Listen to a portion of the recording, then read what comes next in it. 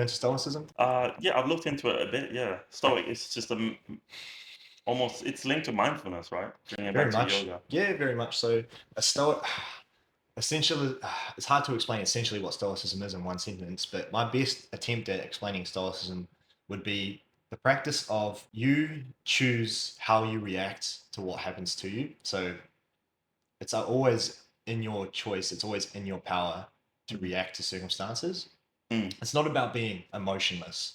It's about realizing that this is a hard circumstance and it's a sad circumstance, but it doesn't have to make me sad. I'm Mm. allowing it to make me sad. It's still in your power to control how you view it. Yeah, You're so not not supposed to cut off your emotions and be this cold stone.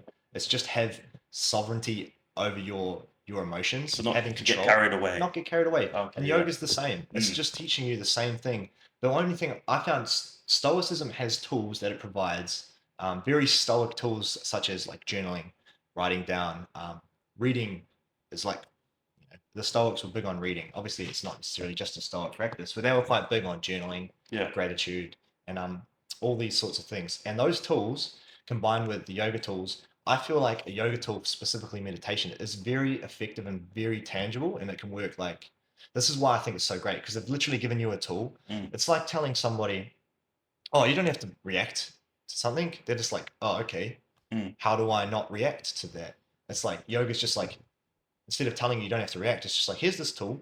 And it's like, okay, you do the meditation, you focus on the breath, and through it, you realizing, may not even realize immediately, but it's actually teaching you that lesson of not reacting. It's teaching you that lesson of like, I have control. Yeah. It's giving Okay. you something to like, here, take control over yourself, use this tool. Yeah, it's Here mostly it is. about control rather than being numb to Yeah, things. Yeah. absolutely. You're still going to feel things. You're still going Because to, no, I was gonna ask about like when you're learning like acting, they stress the I guess the you kind of have to become like a child because kids are their senses are very aware. So like if I feel like crying, I'm gonna cry, mm, or if I find something funny, I'm just gonna laugh without that filter being there. hmm And would you say that that is basically what control is all about, right? Being aware of like, okay, now, oh, this is so it doesn't always have to be about negative feelings. It could also be about positive feelings, right? Or this that's really funny, or that's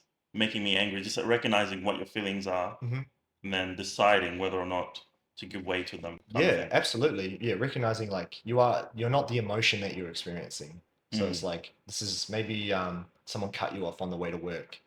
And if you're already like in a hurry, you're already left late, you didn't pack your lunch, whatever, you're already in a tiff when you're driving and someone cut you off. It'd be very easy to be super reactive and flip them off, do whatever because you're just annoyed at them. Mm.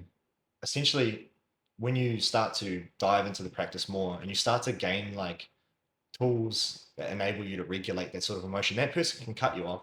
You can still feel that slight bit Yeah, of that initial rage, anger outcome. but you don't have to react. And telling people Mm. it's like, oh, you don't have to react to that. They're like, so like what? Like who cares? Mm. But they don't really know how. Yeah, Sometimes they feel the emotion, they spit it out. They don't have that ability to just like control it. disconnect from it. Just Yeah, be like, the emotion's there. I do not have to let this emotion dictate my action. yeah. I can still act in a way that is reasonable without, even though I'm experiencing this emotion. And Mm. I feel like yoga just has that tool that gives you that, like through the breath, through the meditation, whatever. You can just say, like, same for the positive things. It's like you feel something gives you joy, you can like express the joy openly. Mm. Or something makes you laugh, instead of trying to stifle your laugh, just be like, that was funny, embrace that was funny, and just show that you find it funny. You don't have to like hide what you think about it. Mm.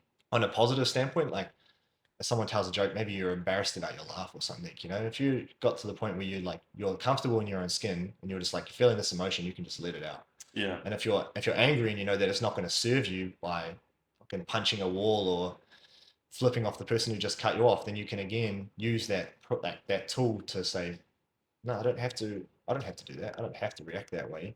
But you're never like gonna not experience the emotion, right? You can yeah, only do your best to regulate how you experience yeah. it. Where humans are emotional beings, like Yeah. it's yeah. I feel like yeah.